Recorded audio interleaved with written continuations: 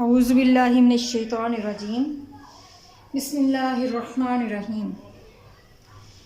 अस्सलामु अलैकुम वरहमतुल्लाहि वबरकातुहू। व्यूअर्स, आज हम सूरह अनफाल के चौथे रुकू की आयत नंबर 35, 36 और 37 का लफ्ज़ी और बामुहावरा तर्जमा सीखेंगे। पिछली वीडियो में मैंने इससे पहले वाली 3 आयत का तर्जमा, लफ्ज़ी और बामुहावरा तर्जमा आप लोगों को सिखाया था। आज हम आगे मज़ीद 3 आयतों का सीखते हैं लफ्ज़ी और बामुहावरा तर्जमा।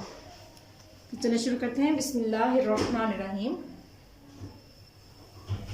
वाह और माँ नहीं, काना थी सलातु नमाज, हम इनकी, इंदा पास, बैती घर के, घर से मुराद यहाँ पर बैतुल्लाह अल्लाह का घर, इल्ला सिवाय मुकाअन सीटियाँ, व तस्दियतन और तालियाँ बजाना, फजूकू तो मज़ा चखो, अजाबा अजाब का, बिमा इसके सबब जो, तुम थे, तकफुरून कुफर किया करते, इन्नल्लज़ीना इन्ना बेशक, अल्लज़ीना कफरू वो लोग जिन्होंने कुफर किया यानी कि काफिर, युनफिकूना खर्च करते हैं, अमवालहुम अपना माल, लियसुद्दू ताकि रोक सके, अन सबीलिल्लाहि अल्लाह के रास्ते से,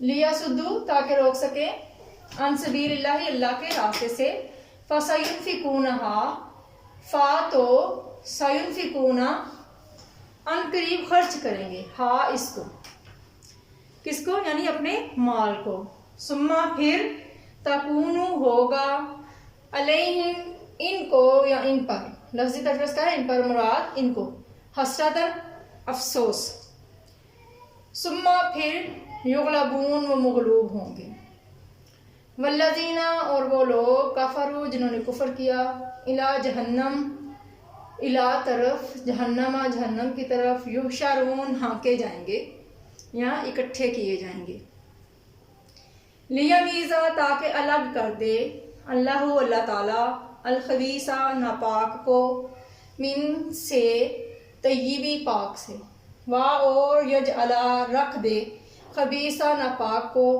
बाज़हु इसके बाज़ को, अला बाज़िन बाज़ पर। ये बाज़ का लफ्ज़ भी हम उर्दू में इस तरह से इस्तेमाल करते हैं, यानी एक दूसरे के ऊपर रख कर ढेर बना दें।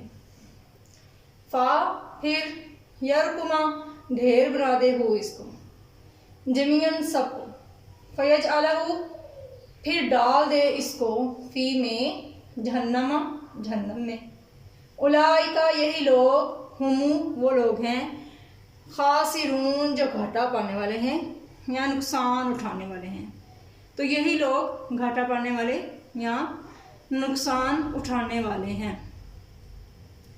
यहाँ पर आप अगर गौर करें तो बहुत सारे अल्फाज ऐसे हैं जो हम उर्दू में भी सेम टू सेम इस्तेमाल करते हैं, बिल्कुल इसी तरह के लफ्ज़ हम उर्दू में इस्तेमाल करते हैं, लेकिन लिखने में थोड़ा सा फ़र्क होता है। जैसे कि सलात, तो सलात का लफ्ज़ हम उर्दू में भी इस्तेमाल करते हैं नमाज के लिए। इसी तरह इंदा पास, इस लफ्ज़ को भी हम उर्दू में इस्तेमाल करते हैं पास के लिए ही। बैती का लफ्ज़ भी हम उर्दू में इस्तेमाल करते हैं घर के लिए। इसी तरह से अजाबा का लफ्ज़ भी हम उर्दू में इस्तेमाल करते हैं।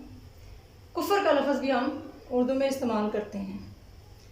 इस तरह अमवाल माल की जमा है जो हम उर्दू में लफ्ज़ इस्तेमाल करते हैं।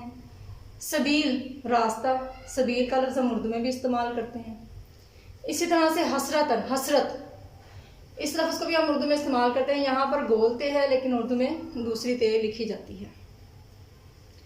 इस तरह से अगर आप गौर करें तो बहुत सारे अल्फाज आपको, जैसे कि तैयब है पाक, तो इसको भी हम उर्दू में इस तरह से इसी लफ्ज़ को इस्तेमाल करते हैं। बाज़िन का लफ्ज़ भी हम उर्दू में इसी तरह से इस्तेमाल करते हैं।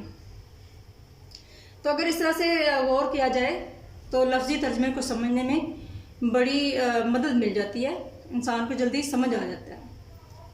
ये था लफ्ज़ी तर्जमा इन 3 आयात का। आए आप देखते हैं बामुहावरा तर्जमा और सीखने की कोशिश करते हैं। बिस्मिल्लाहिर्रहमानिर्रहीम।